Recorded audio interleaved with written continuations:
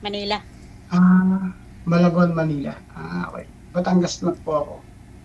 Diyan ka sa Batangas? Talisay. Ah, maganda lugar diyan. Opo.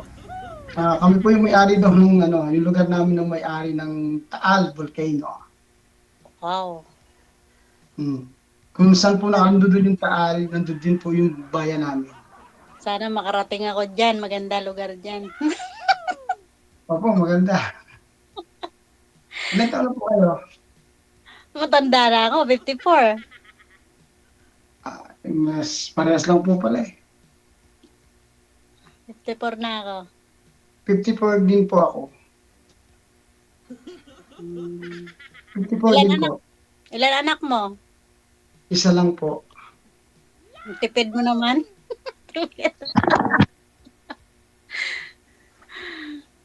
Kamusta ang Okay. buhay?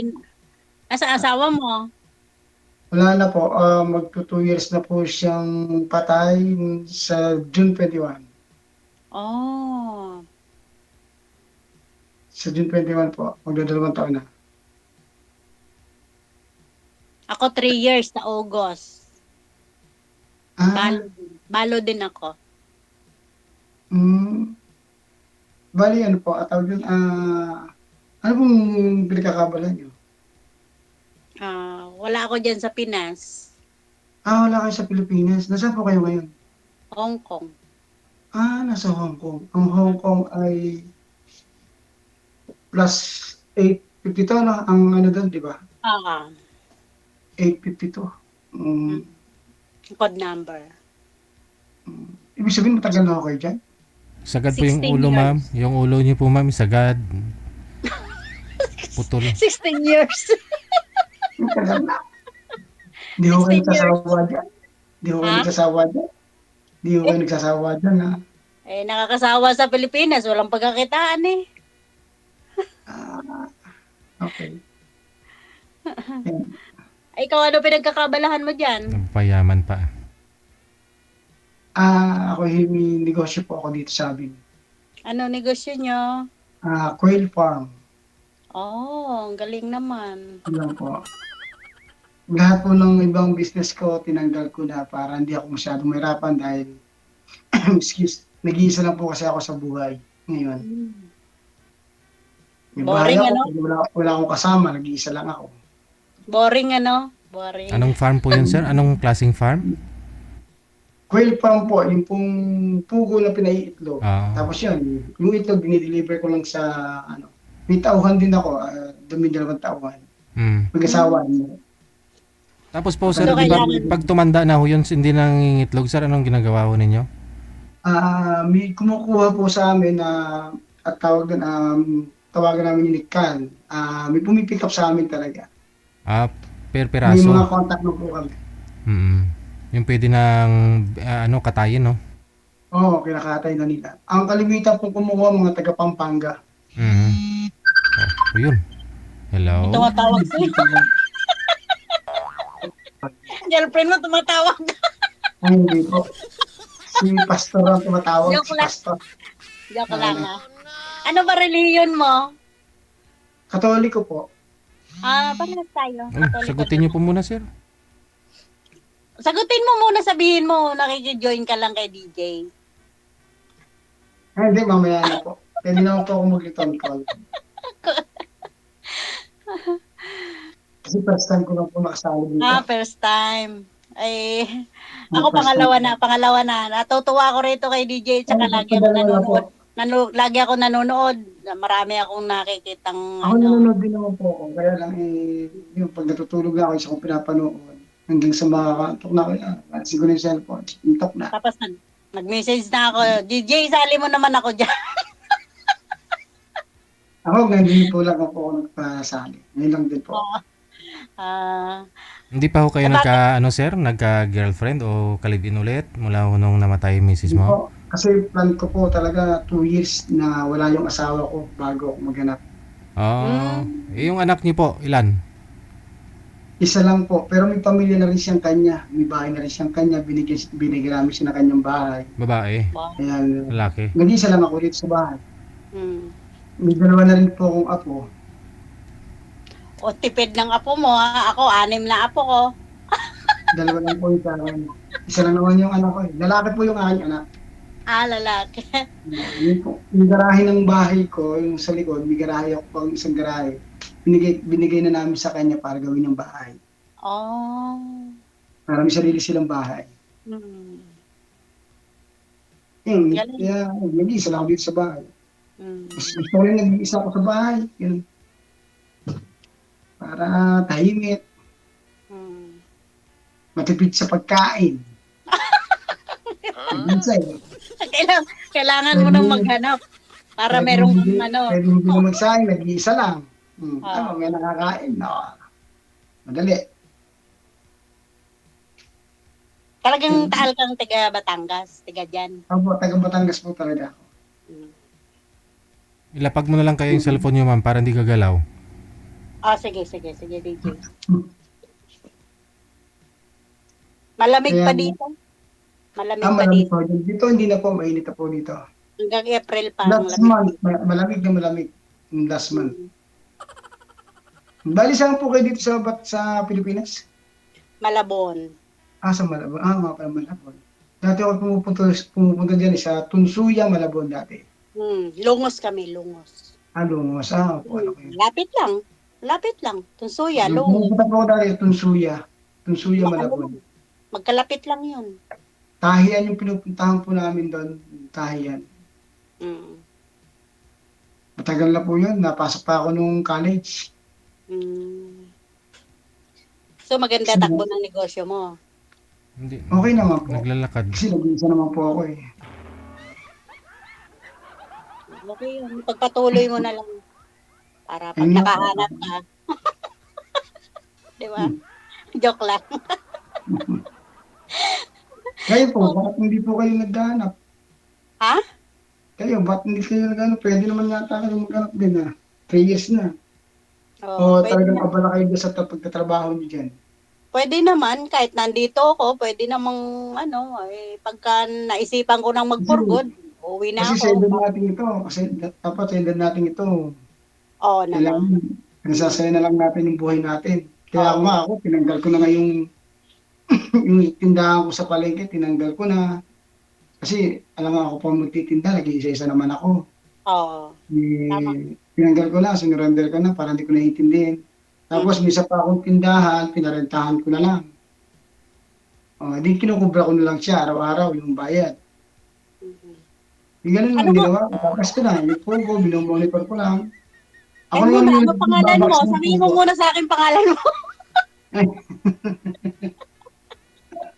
Ano nga pala pangalan mo? Nagkukwentuhan tayo, hindi ko alam pangalan mo. Saka na, mamaya na. Ganun. Danny po yung pangalan, Danny. Danny. Nakalimutan ko. Tinawag ka nga pala ni DJ. Belen. Bilin. Kaya ang bilin ko ho sa inyo, ay pasayahin na lang ho ninyo ang sarili ninyo. Naman. Enjoy life na lang, di ba? Oo, dahil Tanda na eh. hindi ho natin alam kung kailan tayo kukunin ni Lord. Tama, Kasi tama. yung asawa ko bigla kinuha sa akin. Mm. Almost 7 o'clock ng gabi kasama ko bago mag-8, wala na. Mhm. Kami papunta ng simbahan. Ganun siya kalakas. Sisimba kami. Mm-mm. Ganun kalbilis. Kaya hindi ho natin alam. Kaya kailangan enjoy natin yung sarili natin. Kaya lang ako sabi ko, siguro mga hanggang 2 taon bago ako maghanap. Wala pa naman 2 taon eh. Kaya gusto ko lang enjoy yung sarili ko. Mm-mm. Ayun, tinira ko nga yung negosyo ko na yung quail farm. Na-enjoy ko naman dahil ako yung ako lang yung nagbabox para na monitor ko yung output ng itlog. Mm-mm. Lahat ng report, lahat nire-record ko everyday, may daily records ako, yun ang ginagawa ko po. Yan. Kaya doon ko na lang ini-enjoy yung sarili ko sa pagninegosyo. Tama. Yun. Tapos Ako? bawas na rin ako ng sakyan. Yung sakyan kong isa, binenta ko na rin lahat. 2 na lang sa akin, pang-business na lang talaga tinira ko, ganun.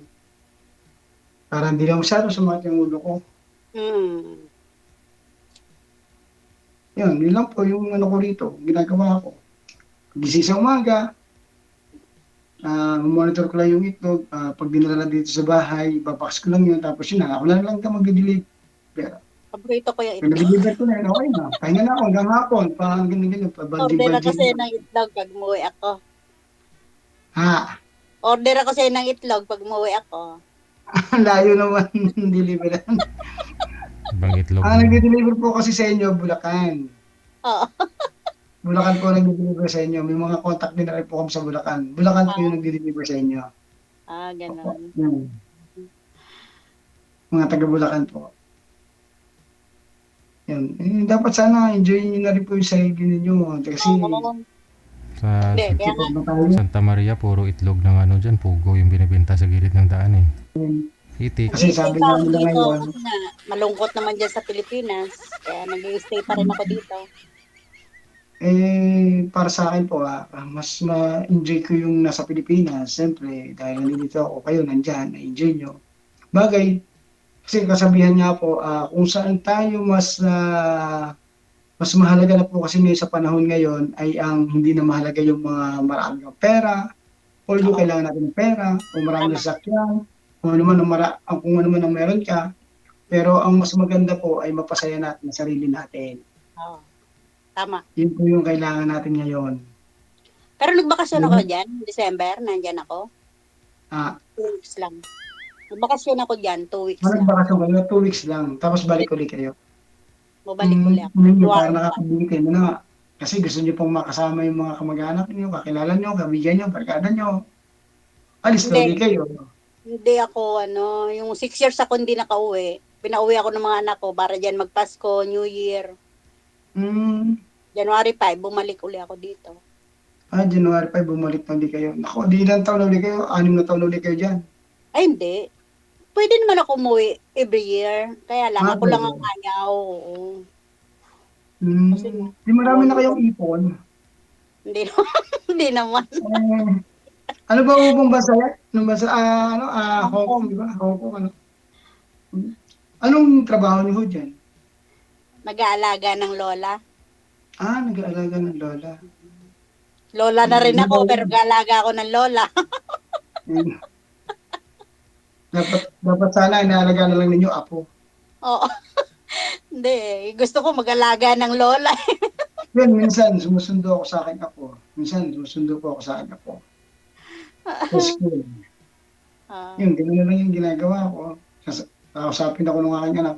Sasabihin niya, tatay, o yan, antok na. Kayo na ang susundo kay sa anak ko, sa akin apo.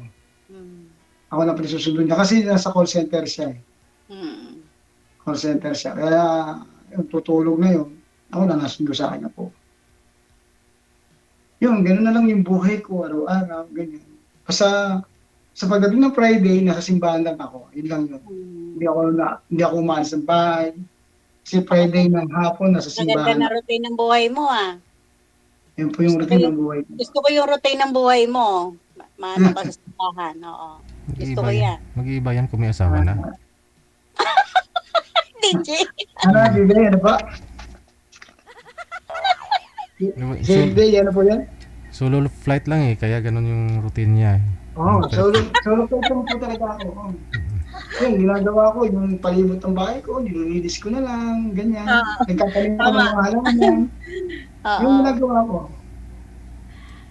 Yes, pero pag umaga, nag-walking ako. Naglalakad ako pag umaga.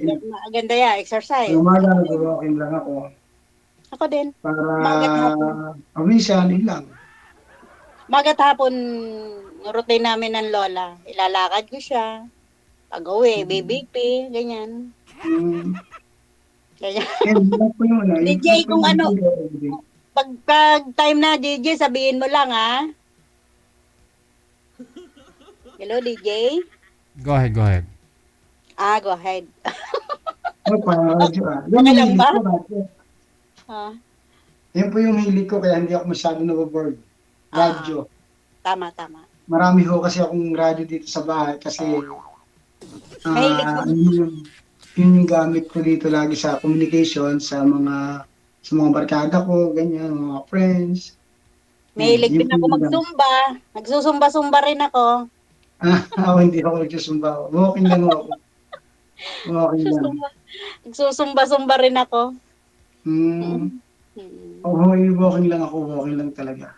Kasi kailangan natin sa gantong may edad na, kailangan natin talaga exercise. Opo. Kailangan, hindi naman totally exercise po. Ang kailangan lang po natin talaga, gumagalaw lagi yung katawan natin. Para healthy. Oh. Opo. Tama. Bawa ganyan. Lagi kang tuwing umaga, nagwawalis, o nagkakalay ka, nagtatanim, ganyan. So gumagalaw. O naglalakad ka, yun. Hindi mo kailangan pagurin talaga yung sarili mo. Kailangan mo lang na gumagalaw ka lagi. Mm. Yan. Kasi para ma-enjoy mo talaga yung buhay mo. Kung para humaba ang buhay, para maging healthy ang katawan mo. Malay mo, may dumating na pagkakataon, hindi naman natin pwedeng magsalita ng tapos na wala na. Mm. Hindi natin alam kung anong darating na panahon o darating na araw. Ang alam lang talaga natin, oras at date. Pero hindi natin alam kung anong mga mangyayari sa araw na yun. Tama. Yeah. Yung, kaya ngayon, kakagulo sa Middle East, pero hindi natin alam na ganito nangyayari. Diba? Tapos ngayon yan, naku po, tumaas na naman ang gasolina, crudo. Epektado ho kami negosyante dyan. Problema no? Tumataas Oo, lahat kasi ng ho, bagay. tataas ho ang aming patuka. Oo. Tataas ho kasi ang aming patuka. Ah. Kaya magiging kami ho epektado ng ganun. Yun, kaya enjoy lang ang buhay. Oo, ganito na lang. Sige, tuloy, laban sa hamon ng buhay. Mm. Kaya ako, nag-i-enjoy din ako dito, kaya ayoko pang mag-for good. Bahala na kung kailan ko maisipan. Mas na-enjoy nyo ho diyan kaysa Pilipinas. Enjoy din naman nandyan kasama mga anak ko, apo. Pero mas gusto ko pa rin nagtatrabaho, kaya bumalik ako. Isa, baka ho dyan na rin ho kayo magkaasawa. Ay, ayoko dito. Ayun, bakit naman ho? Mahirap dito. Trabaho lang, tapos uwi na dyan. Ganyan lang. Basta ito lang ho ang tatandaan nyo. Lalo't kayo nasa ganyang malalayo, Mm. kung kailangan nyo mag-ingat ng 10 beses, mag-iingat ho kayo lagi. Oh, tama. Kasi unang-una, wala ho kayong pamilya diyan. Totoo yan. Wala ho kayong tatawagin na anak, ganyan, anak, hawakan mo, ganyan, wala ho. Kaya kung kailangan nyo mag-ingat ng 10 beses, mag-ingat ho kayo lagi. Alagaan ho ninyo yung sarili ninyo kung anong dapat. Sige. Totoo yan. So, yan na lang po siguro Connected na po kayo dito. Maraming salamat sa time ninyo. Oh, DJ salamat din DJ Okay. Sige. Salamat, DJ. Oras natin, 49 minutes after 9 o'clock, Philippine Standard Time. Puro advices na lang daw, sabi sa komento. Wala nang ligawan. Ako sa bagay, para sa sunod ligawan ako yan.